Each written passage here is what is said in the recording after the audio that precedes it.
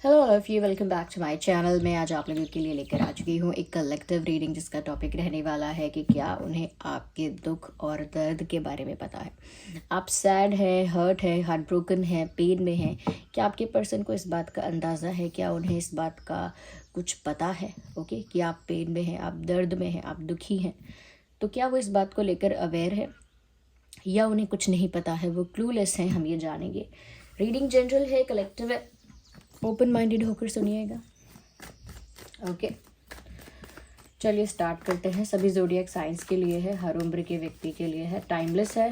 जब भी आप इस वीडियो तक पहुंचेंगे यह आपके साथ अभी कभी तभी रेजोनेट करेगा। कभी जब भी आप इसे देख रहे हैं यह आपके साथ तभी रेजोनेट करेगा। Okay, so first card is of 2 of Wands, then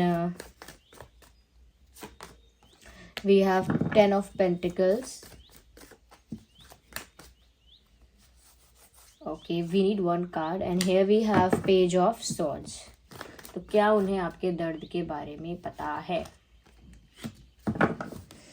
मुझे ऐसा लगता है व्यूअर्स, कहीं ना कहीं बहुत कुछ इस इंसान को एज अ इंफॉर्मेशन नहीं पता है, लेकिन बहुत सारी चीज़ों का इनको आइडिया भी है। यानी कि ऐसा नहीं है कि एक परफेक्ट राइट इन्फॉर्मेशन इनको किसी ने दी है या इन तक पहुंची है, बट समहाउ किसी तरह से तो इस इंसान को एक अनुमान है, एक अंदाज़ा है, या कह सकते हैं कि उनको कुछ वाइब ऐसी महसूस हुई है या एक आइडिया ऐसा है, एक अनुमान ऐसा लगाया है, एक अजम्पशन ऐसा है कि जैसे उनको थोड़ा बहुत पता है, बट उनको एक्चुअल में कुछ नहीं पता, ये सिर्फ उनका आइडिया है।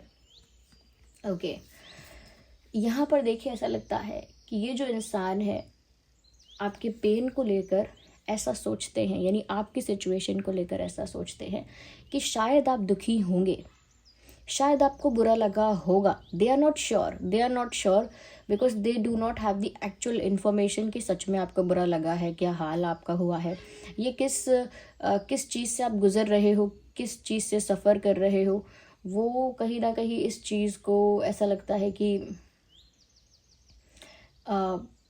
परफेक्टली नहीं जानते, बट ऐसा सोचते ज़रूर हैं कि आपको बुरा लगा होगा या आपको हर्ट हुआ होगा या आप इस बात से कुछ तो अफेक्ट हुए होंगे, ऐसा उनको लगता है। साथ ही साथ व्यूअर्स, यहाँ पर ऐसा लगता है कि उनको ये पता है आपकी सिचुएशन के बारे में, दैट आप एक ऐसे इंसान हो आपके पेन को लेकर भी यही सोचते हैं वो कि आप एक ऐसे इंसान हो जिसे चाहिए तो सब चाहिए, यानी कंप्लीट चाहिए, और अगर नहीं चाहिए तो कुछ भी नहीं चाहिए। थोड़ा थोड़ा इंस्टॉलमेंट्स में ज़रा ज़रा करके कोई प्यार दे, ज़रा ज़रा करके कोई रिस्पेक्ट दे, बचा बचा के कोई अटेंशन दे, बचा बचा के कोई केयर करे, तो वो आपको नहीं चाहिए। अगर कोई आपको प्यार करता है, आपको अटेंशन देता है, आपको केयर करता है, तो कम्प्लीटली करे, ऐसे टुकड़ों में ना करे, किश्तों में ना करे। तो ये चीज़ आपकी है, ये आपकी पर्सनालिटी है, और वो यही सोचते हैं, यही सोच रहे हैं कि क्योंकि आप बहुत ज़्यादा स्टबन हो, क्योंकि आप अपनी बात के लिए बहुत ज़्यादा अड़े रहते हो, बिल्कुल भी फ्लेक्सिबल नहीं होते हो, इस वजह से बहुत सारी सिचुएशंस में आपको दुख उठाना पड़ता है या दुख भोगना पड़ता है, दुखी होना पड़ता है। क्यों? क्योंकि आप अपनी बात से डगमगाते नहीं हैं, अपनी बात पर आप अड़े रहते हैं। वहीं पर सिचुएशन जो है वो थोड़ी सी डाइवर्स हो जाती है या थोड़ी सी चेंज हो जाती है, या फिर जो आप एक्सपेक्ट कर रहे हैं वैसा वैसा ये नहीं कर पाते हैं, या वैसा करने में चूक जाते हैं, या जिस समय जैसा आप डिमांड करते हैं, रिक्वायरमेंट आपकी होती है, उस समय वो चीज़ प्रोवाइड करने का उनका प्लान नहीं होता है, या उनकी वो थिंकिंग नहीं होती है। तो बहुत सारी चीज़ें ना यहाँ पर उनको लगता है कि इस वजह से हैं, या आप बहुत दुखी भी अगर हो रहे हो तो उसमें मेन रीज़न ये है कि आप स्टबन हो। यहाँ पर वो अपने लिए व्यूअर्स ये मानते हैं कि वो जो कह रहे हैं या जो कहती हैं वो स्पष्ट कहती हैं, यानी स्ट्रेट फॉरवर्ड होके कहती हैं या कहते हैं। उनको उनका ये मानना है या उन्हें ऐसा लगता है कि उन्होंने जो कहा है साफ साफ कहा है, अब आपको बुरा लग गया तो वो क्या करें। तो इसमें व्यूअर्स वो ये कहना चाह रहे हैं या कहना चाहती हैं कि क्योंकि आप स्टबन हो, इसीलिए आपको उनकी स्ट्रेट फॉरवर्ड बात जो है वो डाइजेस्ट नहीं हुई है। इसमें व्यूअर्स वो आपको क्रिटिसाइज़ नहीं कर रहे हैं, वो ये बोल रहे हैं कि अगर आप इतने एगोइस्टिक या ज़िद्दी ना होते और थोड़े से फ्लेक्सिबल होते सिचुएशन को लेकर, तो शायद आप उनकी भी थिंकिंग को या उनके पर्सपेक्टिव को समझ पाते जो आप अभी नहीं समझ पा रहे हैं। तो ये आपके दुख के लिए दुखी तो हैं, लेकिन उस चीज़ का ब्लेम कंप्लीटली अपने ऊपर नहीं लेते हैं। ये सोचते हैं कि उनकी सिचुएशन को अंडरस्टैंड करने का तो आपने ट्राई ही नहीं किया है, आपने कोशिश ही नहीं की है कि आप उनके पर्सपेक्टिव, उनकी सिचुएशन को थोड़ा समझें। उल्टा उनको लगता है कि क्योंकि वो सीधा सीधा बोलते हैं या क्योंकि वो स्ट्रेट फॉरवर्डली या थोड़ा सा डायरेक्टली या स्ट्रेट फॉरवर्डली बात करते हैं या करती हैं, इस वजह से आपको कभी कभी वो रूड और डिसरिस्पेक्टिंग लगता है, उस वजह से भी आपको हर्ट होता है। तो कहीं ना कहीं व्यूअर्स यहाँ पर ईगो का भी क्लैश है।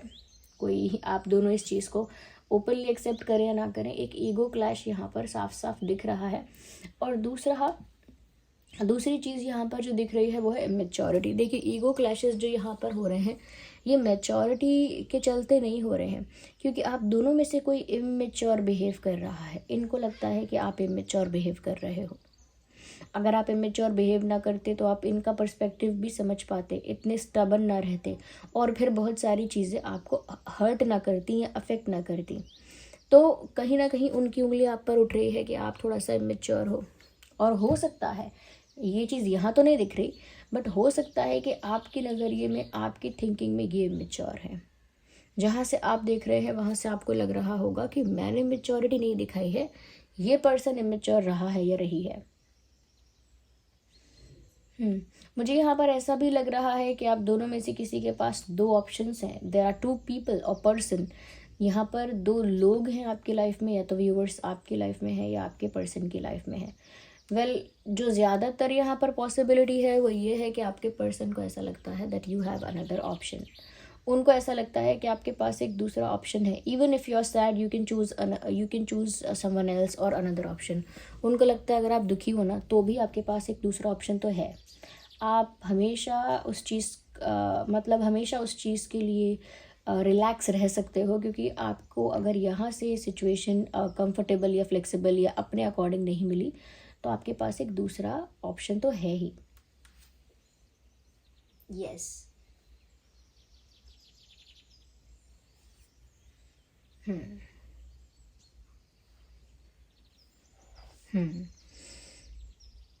मे बी यू हैव और you do not have another option. शायद उनको ऐसा सिर्फ लगता है, शायद ये सिर्फ उनका अनुमान है कि आपके पास कोई दूसरा ऑप्शन भी है व्हेन यू डोंट हैव, जबकि आपके पास नहीं है। ओके मुझे ऐसा लगता है व्यूअर्स, अगर आप उनकी वजह से दुखी हो तो वो आपको कहीं छोड़कर या सेपरेट होकर या आपसे अलग होकर कहीं जाना नहीं चाहते। इनफैक्ट वो आपके साथ ही एक न्यू बिगिनिंग चाहते हैं, आपके साथ ही एक नया सफ़र शुरू करने की इच्छा रखते हैं।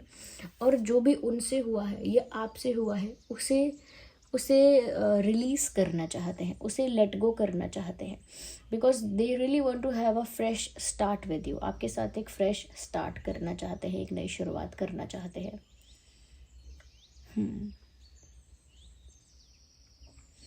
एक नई शुरुआत करना चाहते हैं आपके साथ, और वो ऐसा लगता है कि ऑप्शन बनकर भी नहीं रहना चाहते। लाइक वो नहीं चाहते कि वो आपकी लाइफ में एक ऑप्शन बन के रह जाएं, या आप उन्हें ऑप्शन की तरह ट्रीट करो या ऑप्शन बना के उनको रखो। वो चाहते नहीं है ऐसा,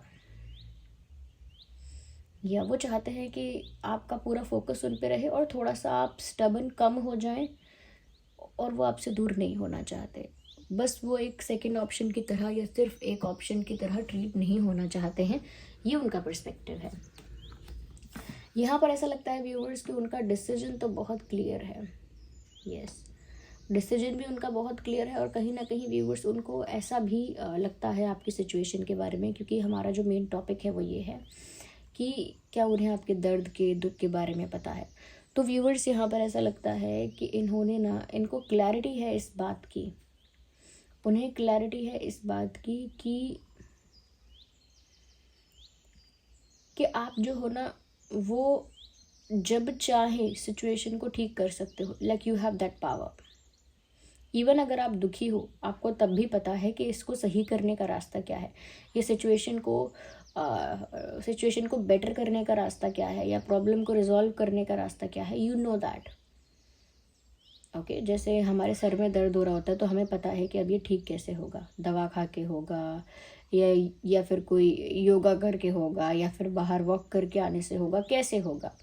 ओके, तो यहाँ पर इनको ऐसा लगता है कि अगर आप दुखी हो तो भी आपको पता है कि इसको ठीक कैसे करना है। व्यूअर्स, उनको ऐसा भी लगता है आपकी सिचुएशन को लेकर कि कहीं ना कहीं दे थिंक कि ये भी एक साइन ऑफ इमेच्योरिटी ही है। जबकि आप अपने पोजीशन में इनफ पावरफुल हो, then why are you getting affected. यानी कि उनको ऐसा लगता है कि आपका इस सिचुएशन में इमेच्योर बिहेव करना एक स्टुपिडिटी है या फिर एक इमेच्योर एक्ट है, क्योंकि उनको लगता है कि आपकी सिचुएशन फार बेटर है, यानी बहुत बेटर है, इतनी भी वर्स या इतनी भी बुरी नहीं है। आपकी सिचुएशन में आप इनफ पावरफुल या इनफ कॉन्फिडेंट फील कर सकते हो, जबकि आप फिर भी दुखी हो रहे हो या फिर भी अफेक्ट हो रहे हो। तो इसका मतलब ये है कि थोड़ा सा इमेच्योरिटी आप पर ज़्यादा हावी हो रही है या आप थोड़ा इमेच्योरिटी की साइड ज़्यादा जा रहे हो, मेच्योर होना चूज़ नहीं कर रहे हो। ओके, इमेच्योर इमोशंस की वजह से हो रहे हो, जबकि उनको लगता है अपनी भावनाओं की वजह से अगर आप इमेच्योर ज़्यादा ना हो तो आपकी सिचुएशन उनसे फार बेटर है और काफ़ी स्ट्रॉन्ग सिचुएशन और पोजीशन है आपकी। तो उनको लगता है यू आर लुकिंग और you are enough powerful and confident if you don't get bothered with this, अगर आप इस चीज़ से इतना अफेक्ट नहीं होते हैं तो they know that you love them. कहीं ना कहीं उनको पता है कि ये इतना स्ट्रॉन्ग होने के बाद भी, दूसरा ऑप्शन होने के बाद भी कहीं ना कहीं आपका इनसे सच्चा प्यार है, एक ट्रू जेन्युइन इमोशन है, तभी आप यहाँ पर दुखी हैं। They know that. ओके, अब ये उनको किसी ने बताया नहीं है, लेकिन ऐसा उनको आइडिया है। उनको लगता है कि उनके नज़रिए से उनको लगता है कि आपकी पोजीशन और आपकी सिचुएशन काफ़ी स्ट्रॉन्ग और पावरफुल है, और कहीं ना कहीं आप ऐसी पर्सनालिटी हैं कि डेफिनेटली आपके पास एक दूसरा ऑप्शन होगा ही।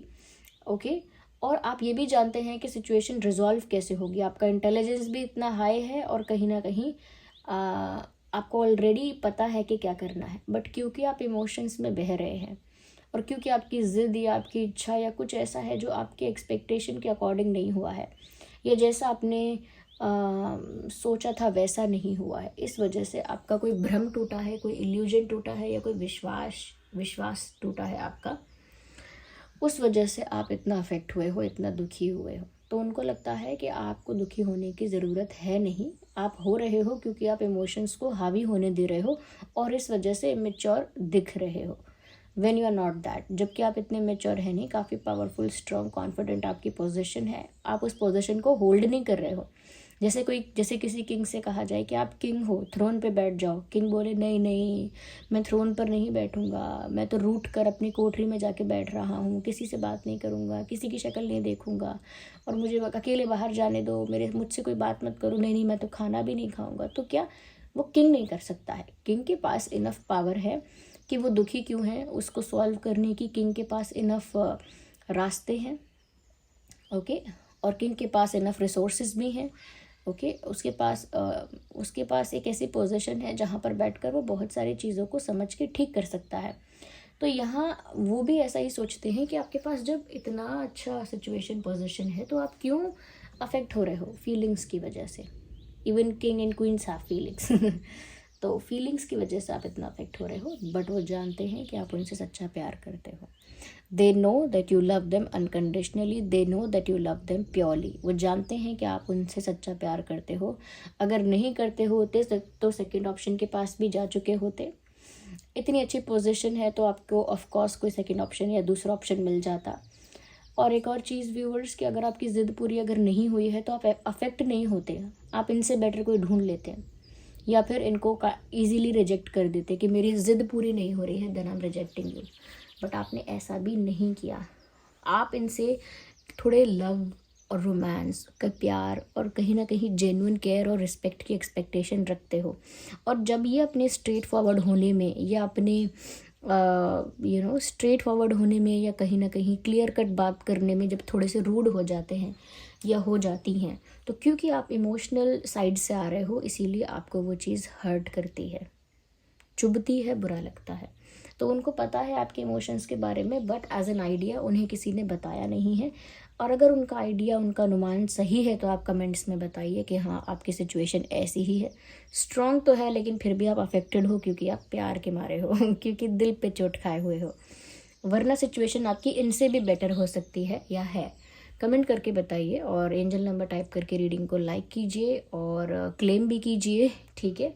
वीडियो को लाइक कीजिए और क्लेम कीजिए, और जिन पर भी आपका फेथ है, विश्वास है, कमेंट्स में उन्हें थैंक यू लिखिए। चलिए मिलते हैं अगली रीडिंग में, तब तक के लिए bye bye family, love you all, take care.